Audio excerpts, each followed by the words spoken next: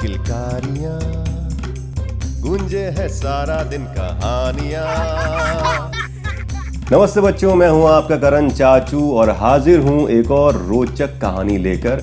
और आज की कहानी में है बीरबल, जो अपने जमाने के बहुत बड़े विद्वान थे और अकबर के दरबार में बतौर सलाहकार यानी एडवाइजर काम किया करते थे। और इस बार की कहानी का नाम है बीरबल और जादुई लकड़ी। ये उस समय की बात है जब भारत पर सम्राट अकबर की हुकूमत थी। सम्राट अकबर एक बहुत ईमानदारी और न्याय प्रेमी राजा थे और उनके सबसे करीबी मंत्री और सलाहकार थे बीरबल। बीरबल की अक्लमंदी, हाजिर जवाबी और चतुराई के चर्चे तो दूर दूर तक मशहूर थे। एक दिन राजा अकबर ने तय किया कि उन्हें कुछ नए गहने बनवाने हैं और अपनी धर्म पत्नी को भेंट करने हैं। तो उन्होंने अपने दरबार में मदन लाल जौहरी को बुलवाया। मदन लाल जौहरी अकबर के साम्राज्य का सबसे जाना माना और विश्वसनीय जौहरी था। वो एक हंसमुख इंसान था और अपना धंधा बड़ी ईमानदारी के साथ करता था।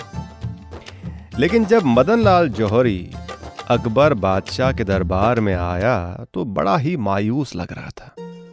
उसकी आंखों में आंसू भी थे, मानो बड़े दुख में था। ये देखते ही अकबर बादशाह ने उससे पूछा, क्या हुआ, क्यों तुम इतने मायूस हो? तो मदन लाल ने राजा को बताया, पिछली रात मेरे घर में चोरी हो गई। किसी ने मेरा पूरा धन और सोना चुरा लिया है। मैं बर्बाद हो चुका हूं महाराज, मेरी मदद कर दीजिए। अकबर बादशाह एक न्यायी राजा थे। उन्होंने तुरंत ही अपने राज्य के सबसे चतुर और बुद्धिमान इंसान को बुलाया, यानी कि उनके मंत्री बीरबल। उन्होंने बीरबल को मदन लाल जौहरी का पूरा किस्सा सुनाया और कहा कि हमें चोर को पकड़ना चाहिए और मदन लाल के साथ इंसाफ होना चाहिए। बीरबल ने तुरंत ही अपने बादशाह को भरोसा दिलाया कि वो चोर को पकड़ के रहेंगे और उसे कड़ी सजा भी देंगे। फिर बीरबल ने मदन लाल की तरफ हौसला देती हुई निगाहों से देखा और कहा, मैं तुम्हारे चोर को ढूंढ निकालूंगा, बस तुम मुझे अपने घर ले चलो। ये सुनकर मदन लाल जौहरी बोला, लेकिन बीरबल जी, अब तक तो वो चोर अपना सारा सबूत मिटा गया होगा, फिर कैसे उसे पकड़ोगे? जादू से, बीरबल ने कहा। मैं अपने जादू के जरिए चोर का पता लगाऊंगा। मदन लाल के घर पहुंचकर बीरबल ने अपनी नजर चारों तरफ दौड़ाई और मदन लाल को घर के सेवकों को बुलाने को कहा। मालिक की आवाज सुनते ही गोल मटोल गंगू माली ने बगीचे से दौड़ लगाई। गमछे पर हाथ साफ करते हुए बटुक बावर्ची आया। अपनी लंबी मूंछों को अपने हाथों से बल देते हुए राजन धोबी और अंत में हाथ में लाठी लिए अपनी हरी वर्दी में हट्टा कट्ठा बहादुर सिंह। बीरबल ने इन चारों को अपनी तीखी नजरों से देखा और कहा, जिसने भी मदन लाल के पैसे चुराए हैं वो अपना गुनाह कबूल कर ले, वरना अच्छा नहीं होगा। पर कई बार कहने पर भी किसी ने अपना गुनाह कबूल नहीं किया।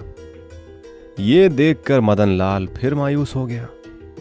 अब बीरबल ने अपनी जेब से एक जैसी 4 लकड़ी की छड़ियां निकाली और एक एक छड़ी चारों सेवकों को दे दी और बोले, ये कोई साधारण छड़ी नहीं है, बल्कि जादू की छड़ियां हैं। चारों छड़ियों की लंबाई एक जैसी है, पर जिसने चोरी की है उसकी छड़ी अगले 24 घंटों में 2 इंच अपने आप बड़ी हो जाएगी।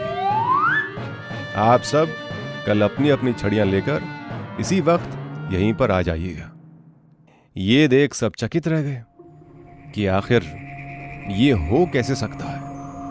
स्वयं मदन लाल जौहरी ने बीरबल से पूछा, क्या ये छड़ी अपने आप बड़ी हो जाएगी? तो बीरबल ने कहा, हाँ, ये खुद ब खुद बड़ी हो जाएगी, जादुई छड़ियां जो हैं। खैर, सब अपने अपने घर चल दिए और उत्सुकता से अगले दिन का इंतजार करने लगे।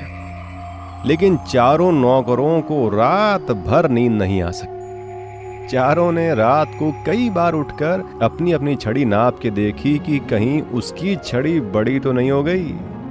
सुबह सूरज निकलते ही मदनलाल के घर के बाहर राज्य के बाकी लोग भी इकट्ठा होने लगे।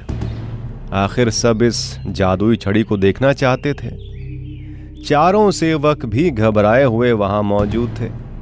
मदनलाल घर के बाहर बेसब्री से बीरबल का इंतजार कर रहा था और तभी बीरबल अपने सफेद घोड़े पर मदनलाल के घर पहुंच गए। गांव वालों में उत्तेजना की लहर दौड़ गई।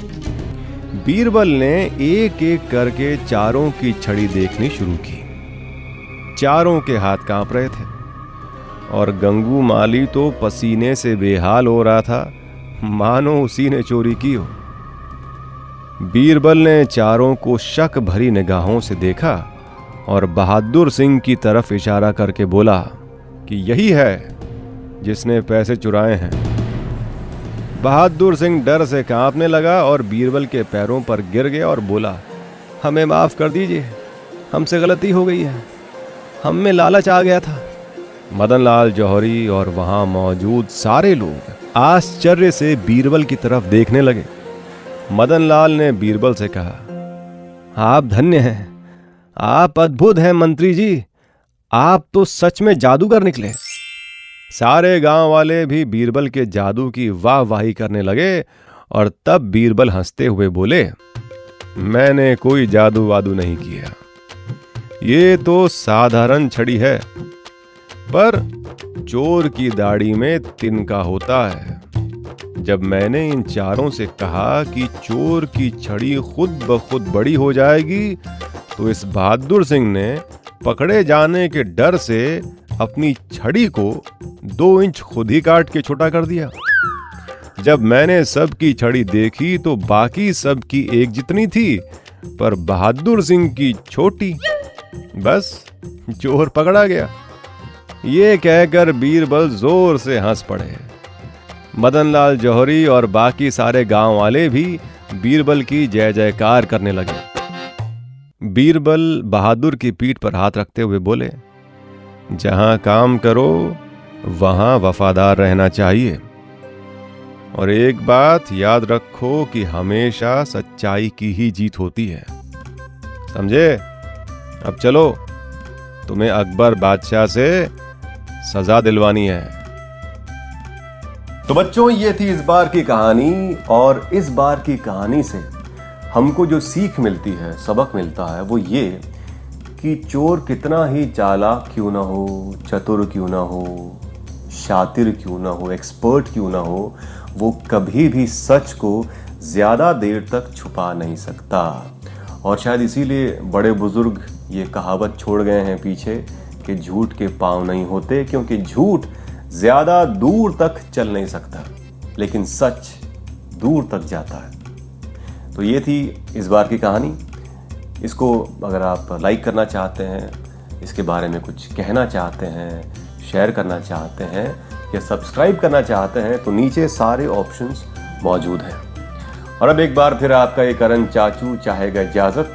फिर मिलूंगा यहीं जहां कहानी होगी मेरी और दुनिया आपकी। किलकारियां।